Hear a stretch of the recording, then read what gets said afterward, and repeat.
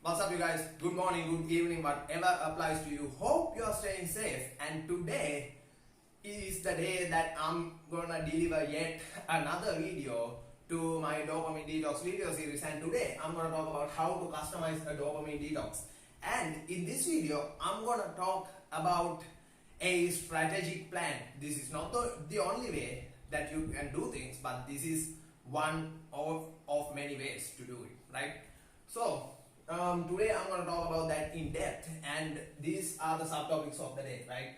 Answer the questionnaire, and second one is conceptualization, and third one is actual utilization, right? So I'm going to go through each of these things in detail and describe these things to you guys today, just so you're going to have minimum amount of guesswork in this, and you have actually a blueprint to go on about these things and benefit from it. So sit back, pop some corn, or don't pop some corn, pay attention. So there's this is the subtopic we are talking about now, which is answering the questionnaire, and there's 4 questions to be answered, right? So I'm gonna mention those questions as we go on down the path, and feel free to pause this video if you want, and note down the important parts of this video, because there's going to be quite a few important parts in this video. But anyway, number 1 question is how many consecutive hours that you're gonna spend on this. There's 4 questions, and this is the first part. How many consecutive hours that you are willing to put into this, right? So think deeply, and make sure that you can put in those consecutive hours week in, week out into this process, right? I do recommend you to put in at least 24 consecutive hours, but however many hours that you choose to put into this process, I suggest you to think deeply.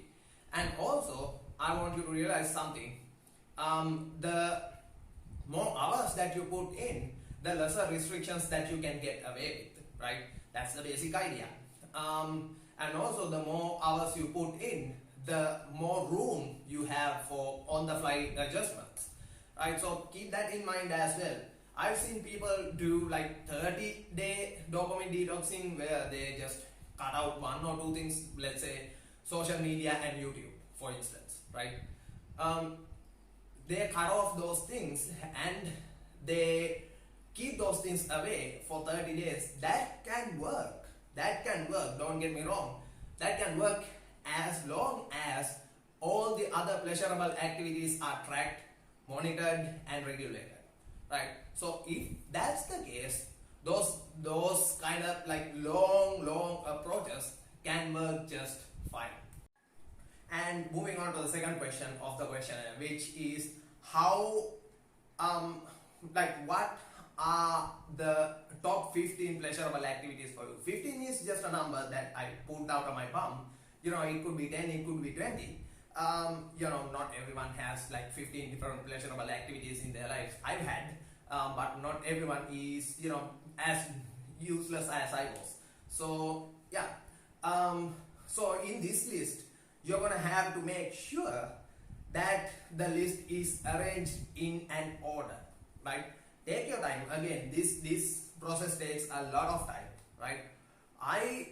At that time, the time I originally started, dopamine detoxing, the first process was a 24-hour process. So I had the time, I had all the time in the world to do that. But like I said, not everyone is as useless as I was. So arrange this list in such a way, and put your best effort into arrange this list in such a way that the top position of the list is the most pleasurable activity, and the bottom position of the list is the least pleasurable activity. At least make the list, make the list 10 things. That's what I recommend. And also, once you ran through this once, just run through it again real quickly to make sure that you have everything dialed in. Moving on to the third question of the questionnaire, which is how much am I going to restrict myself? Basically, like I mentioned in the series, um, you're going to have to be in much more restrictions. The shorter the time, the more the restrictions should be. But here's the thing, you're going to have to start it in a sustainable manner, in a sustainable fashion, right? So that comes from that list that we already made in the second question, right? So here's what you're going to do. You're going to eliminate as much of the list as you possibly can without making the process a complete misery, right? So I want you to feel restricted, but I do not want you to feel like you are in complete and utter misery, right? So start from a place that you can sustain on, and eliminate as much as you possibly can. And as you get more and more experience, you can always add things on. You can elongate the window, or you can add more restrictions to it. You can play around with it. But also, here's another thing. I mean, I talked about this in my channel before, but I'm gonna just skim through it again, right? Make sure that you never ever overlap the pleasurable activities, right? For instance, if you play a video game, in moderation, it doesn't do any good, but it doesn't do any bad either, if you are truly doing it in moderation. So if you play video games and you drink energy drinks at the same time, that would be a perfect example for what I am referring to. Don't overlap pleasurable activities, just do them separately, and also have a maximum time that you are spending on pleasurable activities that you do not completely eliminate out of your life for the dopamine detox time period. Moving on to the fourth and final question of the questionnaire, which is how frequently should I do this, right? Generally speaking, the shorter, the more overall restriction, let's just forget about the time frame, right? The more overall restrictions that you put yourself through, the longer the benefits will last. The longer the benefits will last, the lesser frequently that you are going to have to do it, right? In order to get a full idea of what I'm talking about, just watch the previous videos of this series as well, especially the last one that I posted, the one before this one. So you will get a good idea about this. But I will say this though, right? This whole thing depends on how much of an emphasis you want to put into this in your recovery journey, or what you are seeking to achieve from a process like dopamine detox, right? So it is a very individualized thing. So think it through deeply, right? So that's what I wanna talk about under the first subtopic of the day, and we are gonna move on to the second subtopic of the day, which is conceptualization of this. So the second part, which is conceptualization, right? So in that conceptualization part, I'm going to talk to you guys about how you can make a use of the answers that you've given in that questionnaire, right?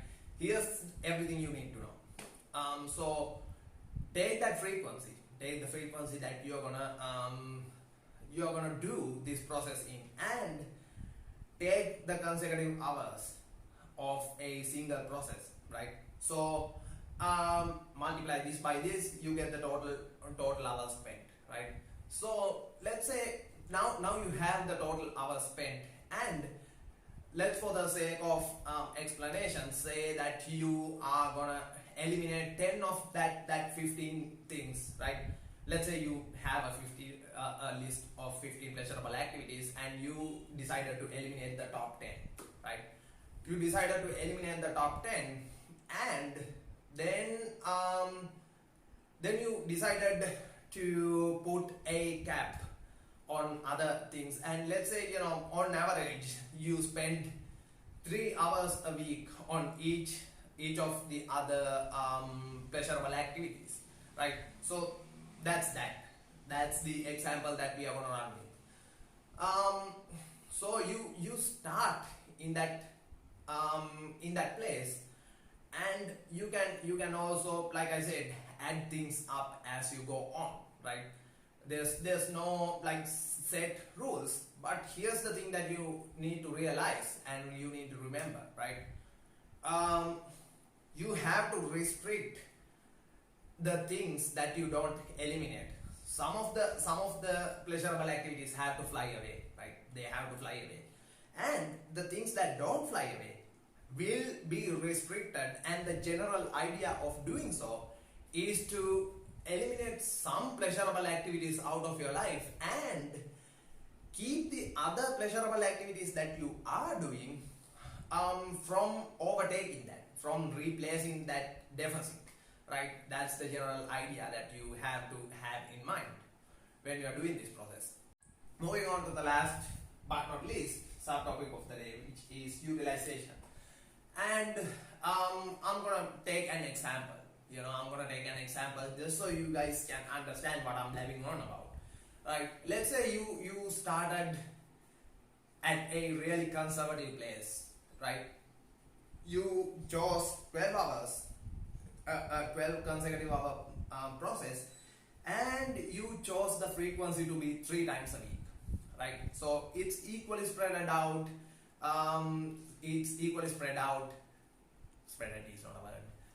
Spread out throughout the week, and each process is 12 hours long, and you decided to eliminate the top 5 of that 15 pleasurable activities out of your life completely for the process, right? So, and also you decided to restrict the other pleasurable activities where they are exactly, right? So you restrict some and you eliminated some.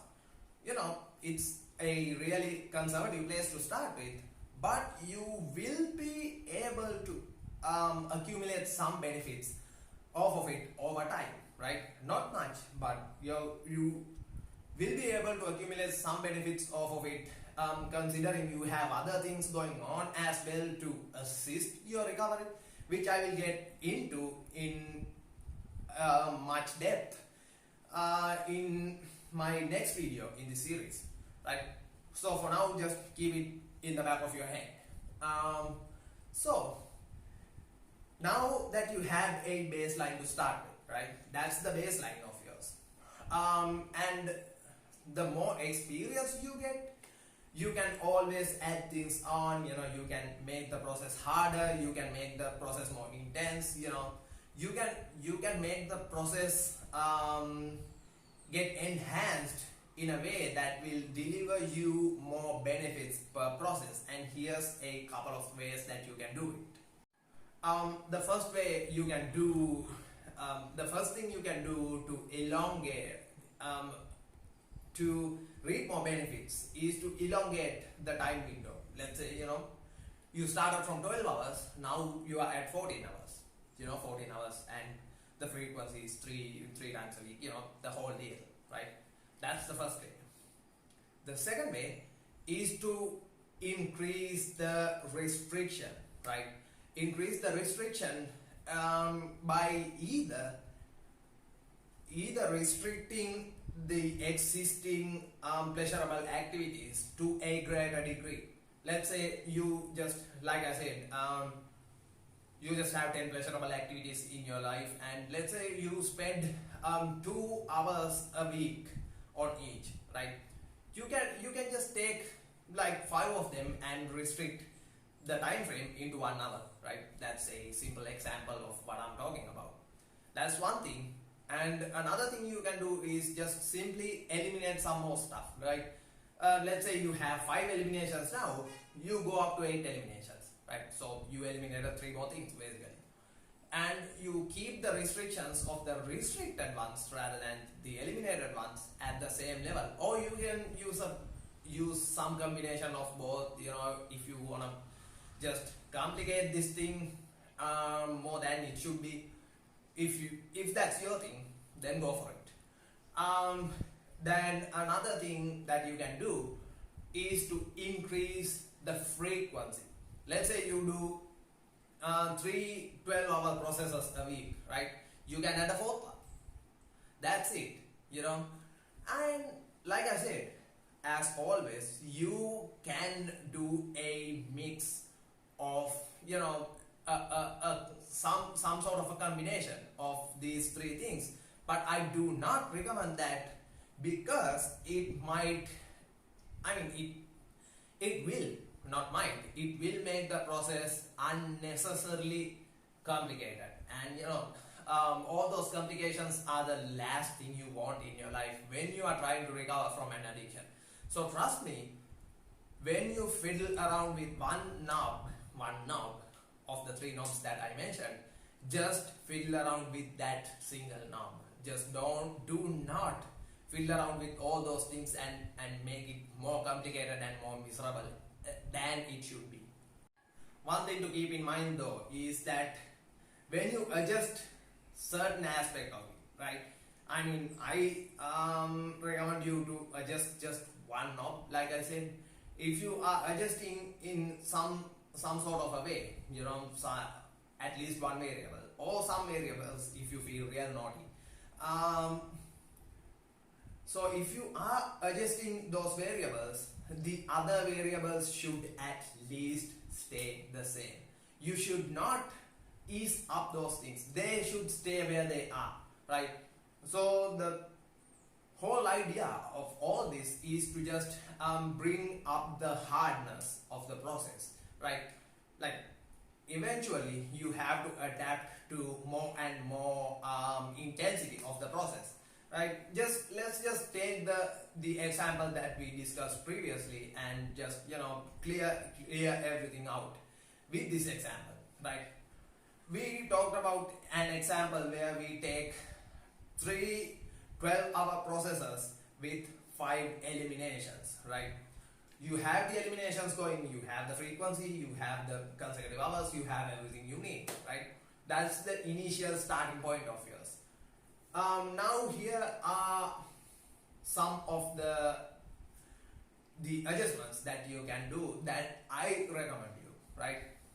You can elongate the time frame. Like I said, now you are doing 12 hours. Let's say you elongated that to 15 or 16 hours. Let's say 16 hours, right? You elongated that. All the other things stay the same.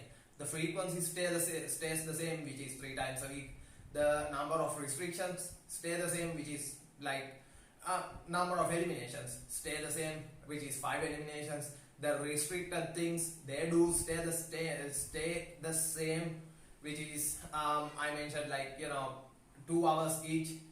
They should stay the same.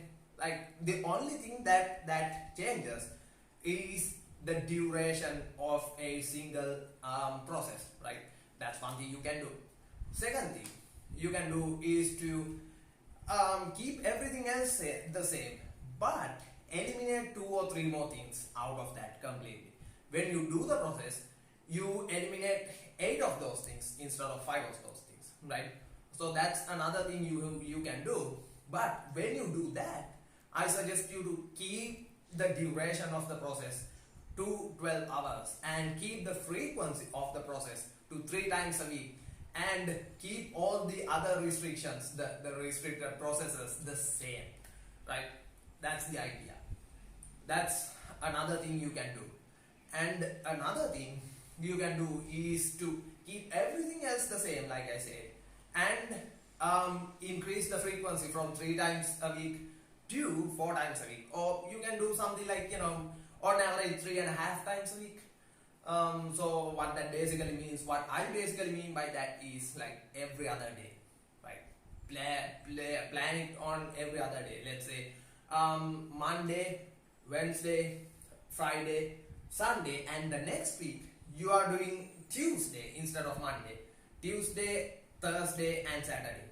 You get the point, right? So on average, within those 2 weeks, you've done 3.5 times, right? So in this example, we are increasing the frequency, and the fourth way would be to just fiddle around with bunch of different knobs and make it more complicated, make it much more complicated than it should be, and just making it a misery, right?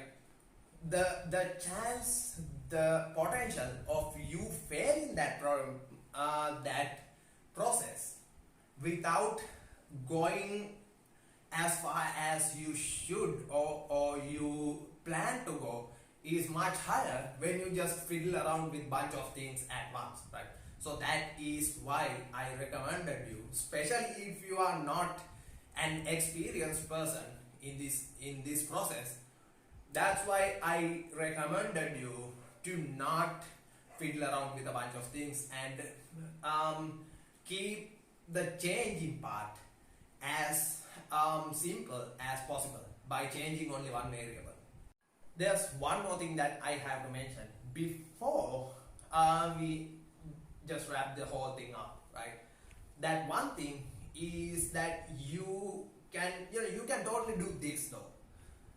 The first increment, right? The first overload, so to speak. This is basically like the equivalent of progressive overload in lifting, right? That's another topic to be talking about. Not in this video, right? So basically you are making the process harder as the time goes on, right? Basically you are challenging yourself more. So let's say you chose the first method that I mentioned, right? You chose the first method for the first increment, and just elongated the time frame, right? You went from 12 hours to 16 hours. Then after that, in the second increment, you can use some other method. The key to all this is to, let's say you, in the first scenario, you just elongated the window, right? Elongated the window from 12 to 16 hours. At that adjustment, everything else stays the same. And in the second adjustment, let's say you just added another session to the week, right? So now instead of 3 sessions, you do 4 sessions. You can totally do that. But in this case, in the case A, the first case, you're going to have to keep everything else a constant, right? You just adjust one variable. In this case, you lock everything else and adjust the variable that you choose to adjust, right? So you can do that. In the first adjustment, you adjust the window, and the second adjustment you adjust the frequency. The third adjustment you adjust the eliminations. The fourth adjustment you adjust the restrictions. You can totally do that. You can just play around with that. But what I'm saying is that you should not, like I do not recommend that. If you want to try it at your own expense, I do not recommend to fiddle around with multiple knobs at a single adjustment. So that's all clear, right? If it's not all clear, just drop a comment down below. I will address all the questions that you drop down below. And with that said, that's all I got for you today. And the whole YouTube deal: like, comment, share, subscribe, help my channel out grow. And until next time, I'm High Value Guy, and may the rebellion bless you.